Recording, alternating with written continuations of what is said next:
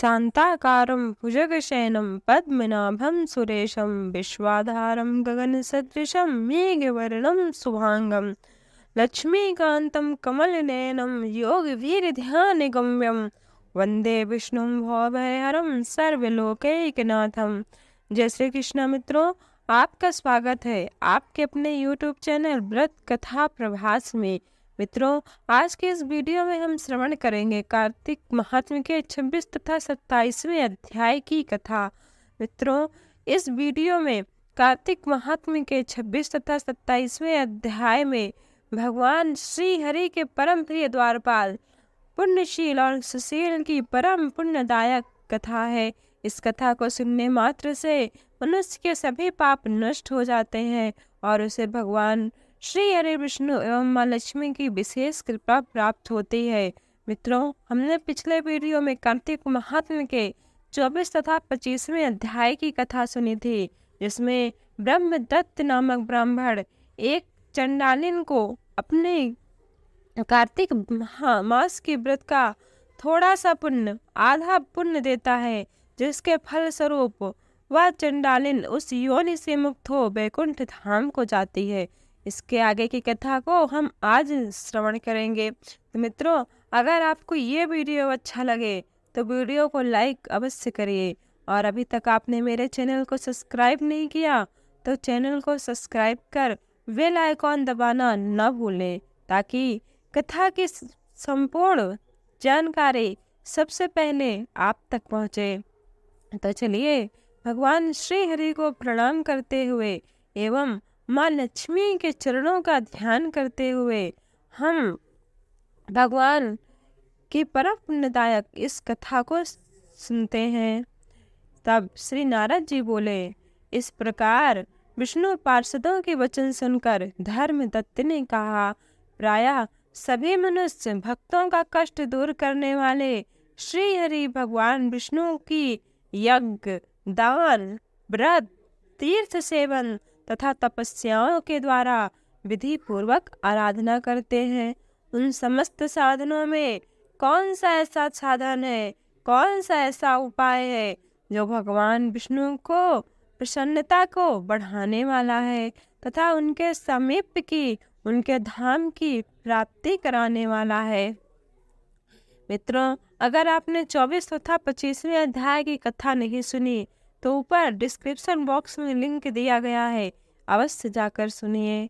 तब भगवान के दोनों पार्षद अपने पूर्व जन्म की कथा कहने लगे, हे द्विजश्रेष्ठ, आपका प्रश्न बड़ा श्रेष्ठ है। आज हम आपको भगवान विष्णु को शीघ्र प्रसन्न करने का उपाय बताते हैं। हम इतिहास सहित प्राचीन वृत्तांत सुनाते हैं, सावधानी पूर्वक सुनो। ब्राह्मण पहले कांचीपुरी में चोल नामक एक चक्रवर्ती राजा हो गए हैं। उन्हीं के नाम पर उनके अधीन रहने वाले सभी देश चोल नाम से विख्यात हुए। राजा चोल जब इस भूमंडल में शासन करते थे, तब उस समय उनके राज्य में कोई भी मनुष्य दरिद्र, दुखी, पाप में मन लगने वाला, पापी अथवा रोगी नहीं था। एक समय की बात है, राजा चोल अनंत शयन नामक तीर्थ में गए, जहाँ जगदीश्वर भगवान विष्णु ने योग निद्रा का आश्रय लेकर शयन किया था। वहाँ भगवान विष्णु के दिव्य विग्रह की राजा ने विधि पूर्वक पूजा की। दिव्य मणि, मुक्ताफल तथा स्वर्ण के बने हुए सुंदर पुष्पों से पूजन करके भगवान को साष्टांग दंडवत प्रणाम किया। प्रणाम करके जो ही बैठे, उसी समय उनकी दृष्टि भगवान के पास आते हुए एक ब्राह्मण पर पड़ी, जो उन्हीं की कांची नगरी के निवासी थे।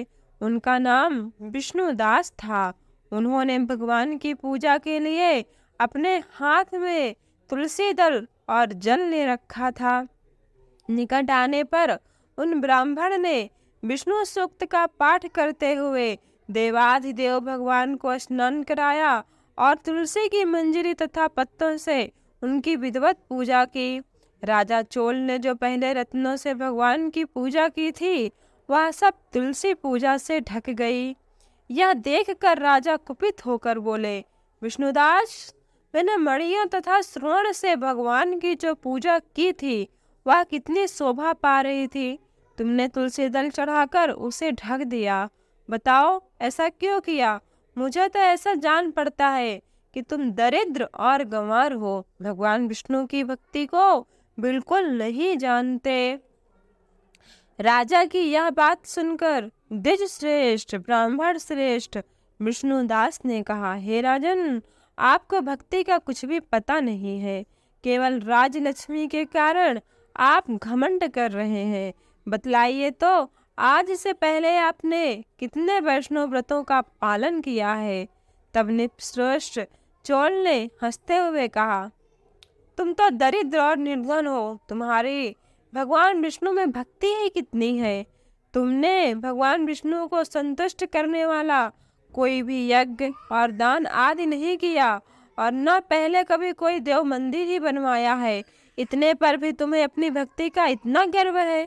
अच्छा, तो ये सभी ब्राह्मण मेरी बात सुन ले।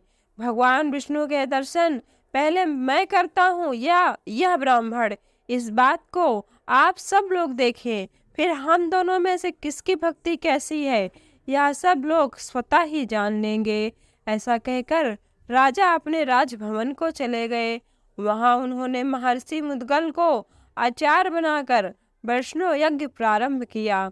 उधर सदैव भगवान विष्णु को प्रसन्न करने वाले शास्त्रोक्त नियम में तत्पर विष्णुदास भी व्रत का पालन करते हुए वही भगवान विष्णु के मंदिर में टिक गए। उन्होंने माघ और कार्तिक के उत्तम व्रत का अनुष्ठान, तुलसी वन की रक्षा, एकादशी को द्वादश अक्षर मंत्र का जाप, नृत्य, गीत आदि मंगलमय आयोजनों के साथ प्रतिदिन षोडशोपचार से भगवान विष्णु के पूजा आदि नियमों का आचरण किया। वो प्रतिदिन चलते फिरते और सोते हर समय भगवान विष्णु का स्मरण किया करते थे। उनकी दृष्टि सर्वत्र सम हो गई थी। वो सब प्राणियों के भीतर एकमात्र भगवान श्री हरि विष्णु को ही स्थित देखते थे। इस प्रकार राजा चोल और भगवान श्री हरि विष्णु और उनके भक्त विष्णुदास दोनों ही भगवान श्री लक्ष्मीपति की आराधना में संलग्न थे। दोनों ही अपने अपने व्रत में स्थिर रहते थे और दोनों को ही संपूर्ण इंद्रियां तथा समस्त कर्म भगवान विष्णु को समर्पित कर चुके थे। इसी अवस्था में उन्होंने दीर्घ काल तक अपना जीवन व्यतीत किया। तो बोलो विष्णु भगवान की जय। मित्रों, इस प्रकार कार्तिक महात्म्य का 26वां अध्याय पूरा हुआ। तो चलिए अब भगवान श्री हरि का नमन करते हुए उनके चरणों में जयकारा लगाते हुए हम कार्तिक महात्म्य का 27वां अध्याय सुनते हैं। मित्रों, तब पार्षदों ने कहा, एक दिन की बात है, विष्णुदास ने नित्य कर्म करने के पश्चात भोजन तैयार किया, किंतु कोई उसे छिपकर चुरा ले गया। विष्णुदास ने देखा भोजन नहीं है, परंतु उन्होंने दोबारा भोजन नहीं बनाया, क्योंकि ऐसा करने पर सायंकाल की पूजा के लिए उन्हें अवकाश नहीं मिलता, अतः प्रतिदिन के नियम का भंग हो जाने का भय था। दूसरे दिन पुनः उसी समय पर भोजन बनाकर वो जो ही भगवान विष्णु को भोग अर्पण करने के लिए गए और उन्होंने जब आकर अपनी रसोई में देखा, तब उनकी सारी रसोई फिर से खाली पड़ी थी। इस प्रकार 7 दिनों तक लगातार कोई उनका भोजन चुरा कर ले जा रहा था। इससे विष्णुदास को बड़ा विस्मय हुआ। वो मन ही मन इस प्रकार विचार करने लगे, अहो, कौन प्रतिदिन आकर मेरी रसोई चुरा ले जाता है? यदि दोबारा रसोई बनाकर भोजन करता हूँ तो सायंकाल की पूजा छूट जाती है। यदि रसोई बनाकर तुरंत ही भोजन कर लेना उचित हो तो यह मुझसे नहीं होगा, क्योंकि भगवान विष्णु को बिना अर्पण किए मैं कोई अन्न नहीं खा सकता। किसी भी वैष्णव का यही धर्म है कि वो पहले भगवान विष्णु को अर्पण करे, फिर स्वयं खाए। ब्राह्मण को विष्णुदास को उपवास करते हुए 7 दिन हो गए और उन्होंने इस प्रकार अपने मन में विचार किया कि आज उपवास करते हुए मुझे 7 दिन हो गए। इस प्रकार मैं कब तक व्रत कर सकता हूँ और कब तक स्थिर रह पाऊंगा? कोई नहीं, आज मैं रसोई की भली भांति रक्षा करूंगा। ऐसा निश्चय करके भोजन बनाने के पश्चात वो कहीं छिपकर कोने में खड़े हो गए। इतने में ही उन्हें एक चंडाल दिखाई दिया जो रसोई का अन्न हर कर ले जाने के लिए खड़ा था। वह चंडाल इतना दुर्बल था कि उसके पूरे शरीर पे मात्र हड्डी और चाम का ढांचा था। वह उसके मुख पर दीनता छाई थी। उसको देखकर ब्राह्मण विष्णुदास का हृदय करुणा से भर आया और उन्होंने भोजन चुराने वाले चंडाल की ओर देखकर कहा, भैया जरा ठहरो, कुछ रूखा सूखा खाते हो या लो घी ले लो। इस प्रकार कहते हुए विप्रवर विष्णुदास को आते देख वह चंडाल भय के मारे बड़े वेग से भागा और कुछ ही दूरी पर मूर्छित होकर गिर पड़ा। चंडाल को भयभीत और मूर्छित देखकर द्विजश्रेष्ठ विष्णुदास बड़े वेग से उसके समीप आए और दयावश अपने वस्त्र के छोर से उसको हवा करने लगे। तदंतर जब वह उठकर खड़ा हुआ तब विष्णुदास ने देखा कि वह चंडाल नहीं है बल्कि साक्षात नारायण ही शंख चक्र और गदा धारण किए सामने उपस्थित हैं। अपने प्रभु को प्रत्यक्ष देख विष्णुदास स्वात्विक भावों के वशीभूत हो गए और वो स्तुति और नमस्कार करने में भी समर्थ न हो सके। भला भगवान जिसके सामने आ जाए वो भगवान की स्तुति क्या ही कर पाएगा। तब भगवान ने सात्विक व्रत का पालन करने वाले अपने परम भक्त विष्णुदास को हृदय से लगा लिया और उन्हें अपना जैसा रूप देकर वैकुंठ धाम को ले गए। तो बोले विष्णु भगवान की जय।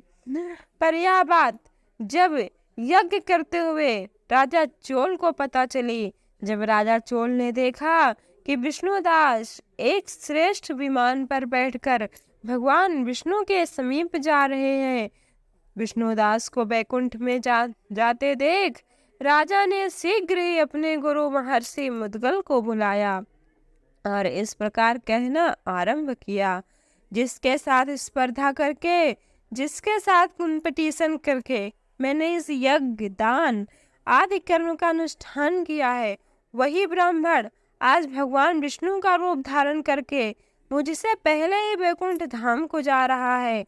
मैंने इस वैष्णव धाम में भले भांति दीक्षित होकर अग्नि में हवन किया और दान आदि के द्वारा ब्राह्मणों का मनोरथ पूर्ण किया, तथापि अभी तक भगवान विष्णु मुझ पर प्रसन्न नहीं हुए और इस विष्णुदास को केवल भक्ति के ही कारण श्री हरि ने प्रत्यक्ष दर्शन दिया। अतः जान पड़ता है कि भगवान विष्णु केवल दान और यज्ञों से प्रसन्न नहीं होते, उन प्रभु का दर्शन कराने में भक्ति ही प्रधान कारण है। दोनों पार्षदों ने कहा। इस प्रकार राजा ने अपने भांजे को राज सिंहासन पर अभिषिक्त कर दिया। वो बचपन से ही यज्ञ की दीक्षा लेकर उसी में लग्न रहते थे, इसलिए उन्हें कोई पुत्र नहीं हुआ था। यही कारण है कि उस देश में आज भी भांजे को ही राज्य के उत्तराधिकारी होते हैं। खैर अब तो राज्य व्यवस्था हट गई है, पर जब तक राज्य व्यवस्था थी उस देश में, चोल देश में, भांजे ही राज्य के उत्तराधिकारी होते थे। भांजे को राज्य देकर राजा यज्ञशाला में गए और यज्ञ कुंड के सामने खड़े होकर भगवान श्री हरि विष्णु को संबोधित करते हुए 3 बार उच्च स्वर से निम्न मुखांकित वचन बोले, भगवान विष्णु आप मुझे मन, वाणी, शरीर और क्रिया द्वारा होने वाली अविचल भक्ति प्रदान कीजिए। इस प्रकार कहकर वो सबके देखते देखते अग्निकुंड में कूद पड़े। बस उसी क्षण भक्तिवत्सल भगवान विष्णु चतुर्भुज रूप से अग्नि में प्रकट हो गए और उन्होंने राजा को अपने हृदय से लगाकर एक श्रेष्ठ विमान में बैठाया और उन्हें अपने साथ वैकुंठ धाम को ले गए। नारद जी कहते हैं, हे राजन, जो विष्णु दास थे वो पुण्यशील नाम से प्रसिद्ध भगवान के पार्षद हुए, और जो राजा चोल थे उनका नाम सुशील हुआ। इन दोनों को अपने ही समान रूप देकर भगवान लक्ष्मीपति ने अपना द्वारपाल बना लिया। तो एक बार प्रेम से बोलिए विष्णु भगवान की जय, कार्तिक महात्म की जय, लक्ष्मी मैया की जय। मित्रों, अगर आपको ये वीडियो मेरा अच्छा लगा हो तो वीडियो को लाइक करिए, और अभी तक आपने मेरे चैनल को सब्सक्राइब नहीं किया तो सब्सक्राइब करिए, क्योंकि मैं आपके लिए ऐसी ही कथाएं लाती रहती हूँ। और चैनल को सब्सक्राइब करके बेल आइकॉन दबाना ना भूलें। तो जय श्री कृष्ण।